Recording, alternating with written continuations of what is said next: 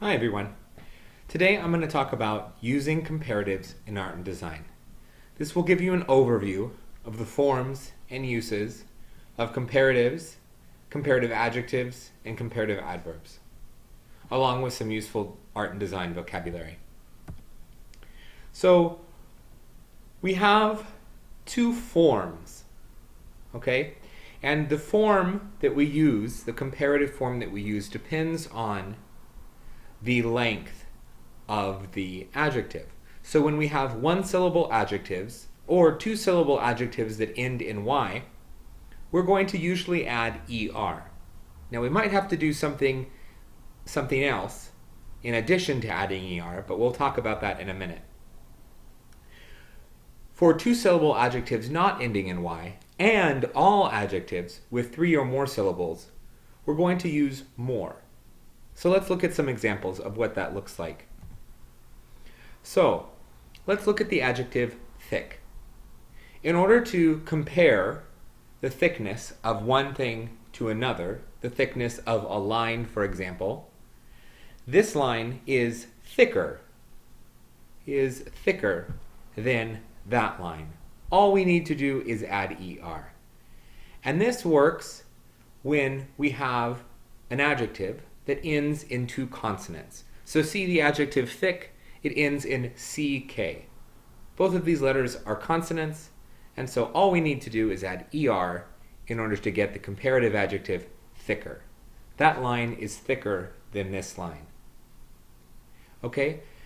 If we have an adjective that ends in a vowel consonant, so let's look at the adjective thin. We have an adjective that ends in in, vowel consonant. When we have adjectives that end in vowel consonant, we need to double the final consonant and then add er. So thin becomes thinner. We add an n, we double the final consonant, that is in this case, and we add er. And then we have our comparative. This piece of leather is thinner than that piece of leather. Okay, and you see with bold, with lighter, with rougher, all of these are formed by simply adding er because we have adjectives that end in consonant. Bold ends in ld, consonant. Light ends in ht, consonant. Rough, gh. All we need to do with those is add er, and we get our comparative adjective. Something is bolder than something else. Something is lighter than something else, rougher than something else. With adjectives that end in e, one-syllable adjectives that end in e, actually all we need to do is add r, because it already has that e there already for us. So with the adjective like fine, all we need to do is add r to get finer. We have that with large as well. Large becomes larger. Okay? Now, when we have two-syllable adjectives that end in y, we have another simple operation to change it into a comparative. All we do here is we're going to change the y to an I and then add er. So earthy, grainy, heavy, dreamy. These all become earthier, grainier, heavier, dreamier. Okay? We're going to change the final y to an I and add er. So these are our forms for one-syllable adjectives and two-syllable adjectives ending in y. So here's an example. This is an authentic sentence from an article that I found. In contrast to the Rembrandt sheet, where the outlines of the illuminated side of lot are thinner than those on the shaded side, the lines of Victor's figure of lot do not register the play of light. Okay, so here the author is comparing Rembrandt and one of his students, and he's actually comparing some of the lines, some of the outlines of a figure, okay, that Rembrandt drew and one of his students, Victor's, drew. So as you see here, we have a form of the sentence as well. Not just a form for the comparative adjective, but we have kind of a structure a typical structure of a comparative sentence.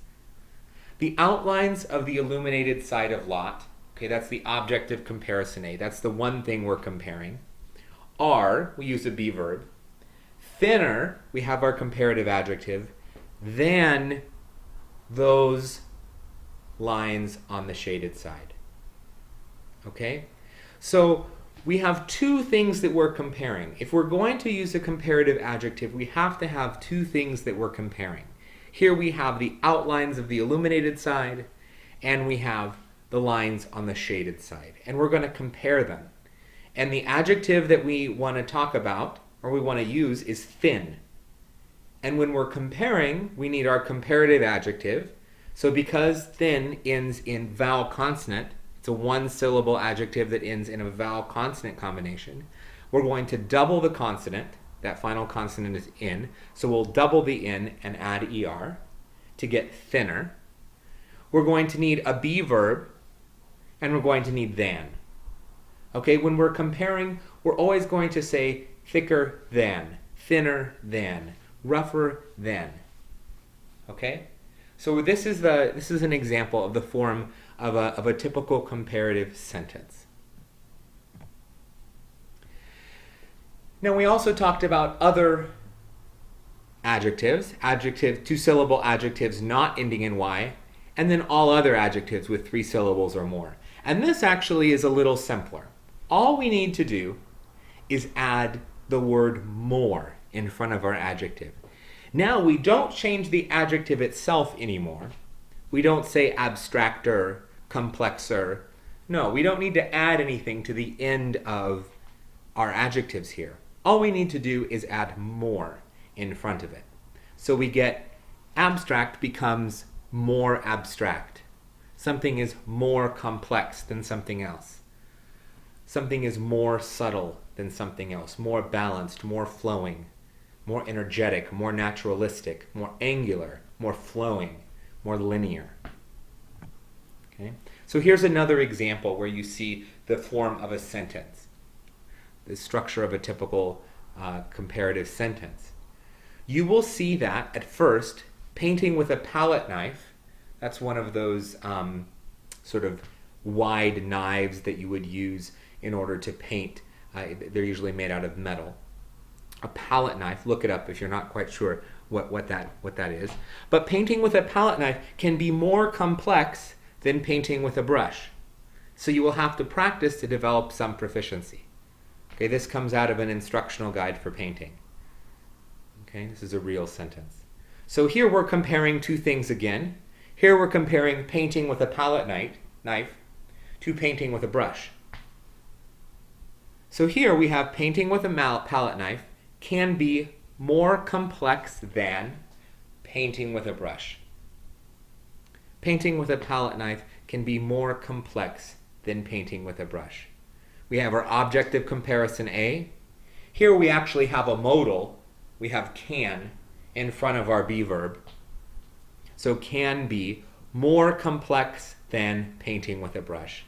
If we didn't want to use the modal there, we could say painting with a palette knife is more complex than painting with a brush.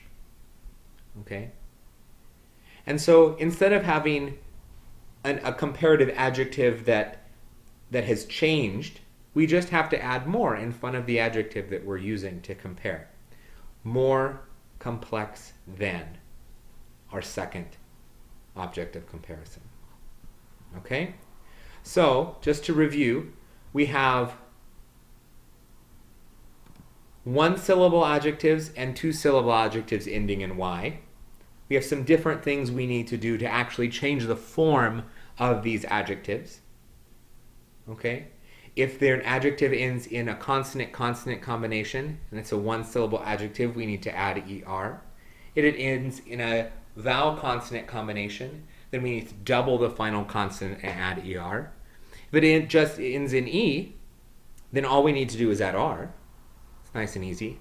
And then, if we have a two-syllable adjective that ends in y, then we just change the y to I and add er. for those two-syllable adjectives not ending in Y and all other adjectives with 3 or more syllables, we're just going to add more in front of the adjective. And then we're going to remember to always use than when we're comparing. Right? Now, adverbs can also be used comparatively. Right? So we can talk about how somebody does something. We can compare how an artist does something. Okay? Or how a painter does something. With one-syllable adverbs not ending in ly, like low, deep, long, near. Remember, these can some of these can also be adjectives, right? But they can also be adverbs. Okay, we're going to add er. Okay, if we have any other adverb that ends in ly, we're going to use more. So let's see some examples. So if we have one-syllable adverbs, we're just going to add er. Low becomes lower, deep becomes deeper, long becomes longer, short becomes shorter, near becomes nearer. Okay? Similar to what we did with our one-syllable adjectives. Okay? But if we have adverbs ending in ly, which many adverbs do, we're just going to need to add more or less. Now, we didn't talk about less before with adjectives, but I thought I'd throw that in here. We use more and less in a very similar way. So here, we just add more or less in front of the adverb. More artistically than, less artistically than, less precisely than, more carefully than, less fluidly than, more abstractly than. Now remember, these are describing how somebody or something does something. So these are describing verbs. Okay?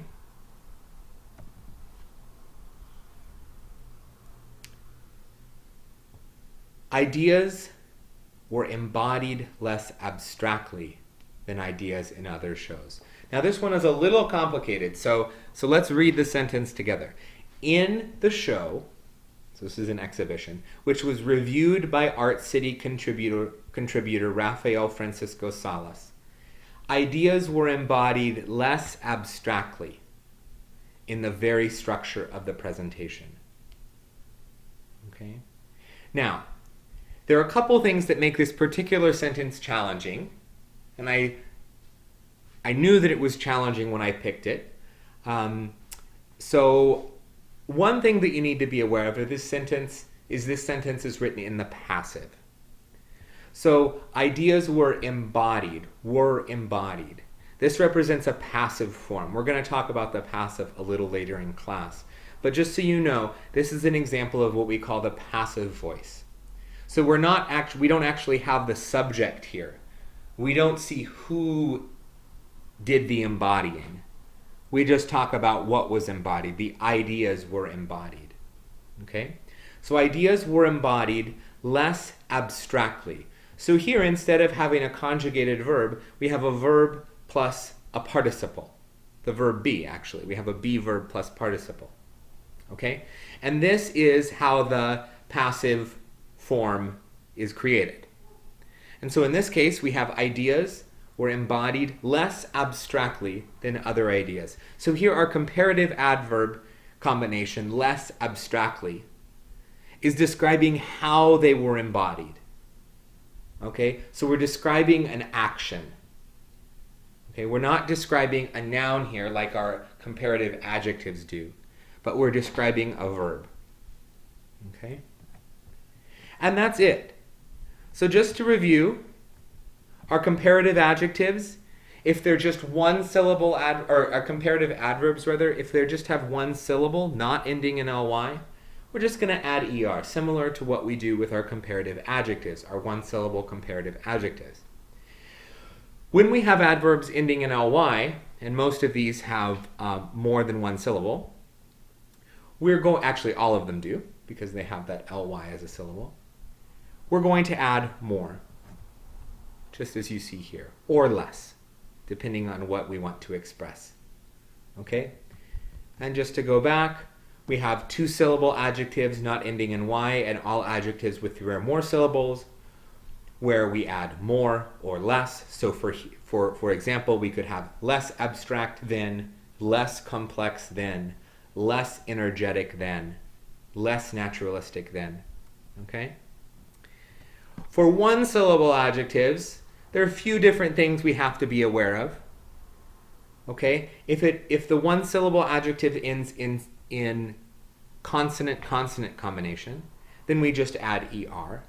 If it ends in a vowel-consonant combination, we're going to need to double the consonant before we add er. So whatever that final consonant is, we'll double it and then add er. If our adjective ends in e and it's a one-syllable adjective, we're just going to add r. And then with our two-syllable adjectives ending in y, like earthy, grainy, heavy, we're going to change the y to I and add er. All right? So here you see the forms. Here you see some forms where we just add more. Here you see what we do when we're working with adverbs. And you can go back and look at this presentation again. I will post the PowerPoint as well as this video. And that's going to be it for today. If you have any questions, feel free to send me an email or watch this presentation again or just check out the slides. Thank you so much. Have a great day.